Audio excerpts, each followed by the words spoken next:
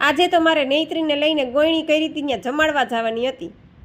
તો હું પછી નેત્રીને લઈને ત્યાં પહોંચી ગઈ. બેન હિંચકા ખાવા બેસી ગયા ને પછી બધી ગોયણીઓ બેઠી ને તો બેન તો વચોવચ બેઠા ને ખાધું શું તો કે ખાલી ભૂંગળા.